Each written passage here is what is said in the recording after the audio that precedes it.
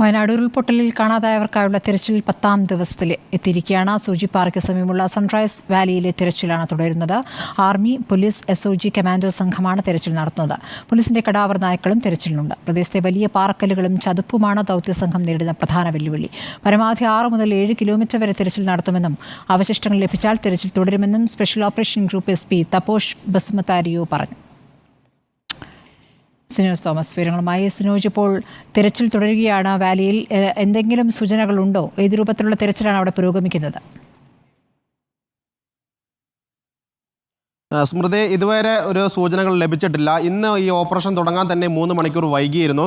ഇന്നലെ മിനിങ്ങാതും 7:30 മണിക്കാണ് ഈ ദൗത്യം ആരംഭിച്ചത്. പക്ഷേ ഇന്ന് വയനാട്ടിൽ മഴയുണ്ടായിരുന്നു, കനത്ത കോടമഞ്ഞുണ്ടായിരുന്നു. അതുകൊണ്ട് 10:30 മണിക്കാണ് ഹെലികോപ്റ്റർ കൽപ്പറ്റയിലെത്തുകയും 3 തവണകളിലായി 24 അംഗങ്ങളെ അവിടേക്ക് എത്തിക്കുകയും ചെയ്തിരിക്കുന്നത്. നിലവിൽ ഈ സൺറൈസ് വാലിയുടെ താഴ്വാരത്തുള്ള സൂചിപ്പാറയ്ക്ക് സമീപമുള്ള പരപ്പൻപാറ മേഖലയിലാണ് തെരച്ചിൽ നടത്തിക്കൊണ്ടിരിക്കുന്നത്.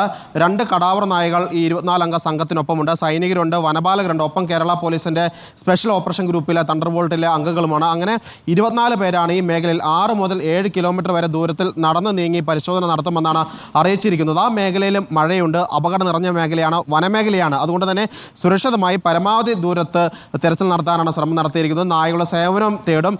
ഇത് വലിയ ചെങ്കുത്തായ മലനിരകളാണ്, വലിയ കരിങ്കൽ കൂട്ടമാണ്. ഈ മേഖലയിലേക്ക് മൃതദേഹം ഒഴുകിയെത്തി താഴോട്ട് വീണിട്ടുണ്ടെങ്കിൽ, ഏതെങ്കിലും ഭാഗത്ത് കുടുങ്ങിക്കിടക്കുന്നുണ്ടെങ്കിൽ അത് കണ്ടെത്തുകയാണ് ശ്രമിക്കുന്നത്. ഇന്നലെ വിവിധ ഭാഗങ്ങളിൽ നിന്നായി മൃതശരീര ഭാഗങ്ങൾ ലഭിച്ചിരുന്നു. അതുകൊണ്ടാണ് ഇന്ന് കൂടുതൽ അംഗങ്ങളെ അവിടേക്ക് ഇറക്കി തെരച്ചിൽ നടത്താൻ വേണ്ടി രക്ഷാദൗത്യ സംഘം തീരുമാനിച്ചിരിക്കുന്നത്. ഇന്നും മൃതശരീര ഭാഗങ്ങൾ ലഭിച്ചു കഴിഞ്ഞാൽ നാളെയും തെരച്ചിൽ തുടരുമെന്നാണ് മന്ത്രി PA മുഹമ്മദ് റിയാസ് രാവിലെ നമ്മളെ അറിയിച്ചിരിക്കുന്നത്. ഏതായാലും വ്യാപകമായ തെരച്ചിൽ ഈ മേഖലയിൽ നടത്തുന്നു. നിലമ്പൂർ മേഖലയിൽ നിന്ന് കാൽനടയ ആളുകൾ അവിടേക്ക് എത്തുക പ്രയാസമാണ്. 2 സംഘങ്ങൾ വന്നെങ്കിലും ഈ സൂചിപ്പാറയ്ക്ക് സമീപം കുടുങ്ങിപ്പോയിരുന്നു. അതുകൊണ്ടാണ് എയർലിഫ്റ്റ് ചെയ്ത് ഇവിടെ നിന്ന് കൽപ്പറ്റയിൽ നിന്ന് എയർലിഫ്റ്റ് ചെയ്ത് ഈ സൂചിപ്പാറയ്ക്ക് സമീപം എയർ ഡ്രോപ്പ് ചെയ്ത് ആളുകൾ അവിടെ ഇറക്കിക്കൊണ്ടുള്ള തെരച്ചിൽ നടത്തുന്നത്. കാലാവസ്ഥ മോശമായാൽ എത്രയും വേഗം ഈ ദൗത്യം അവസാനിപ്പിക്കുകയും ചെയ്യും. ഇന്നലെയൊക്കെ തന്നെ 3:30-4:30 മണിയോടുകൂടി ഈ ദൗത്യം അവസാനിപ്പിച്ചിരുന്നു. ഏതായാലും ഇതുവരെ അവിടെ നിന്നൊരു സൂചന വിവരങ്ങളും നമുക്ക് ഇവിടേക്ക് ലഭിച്ചിട്ടില്ല.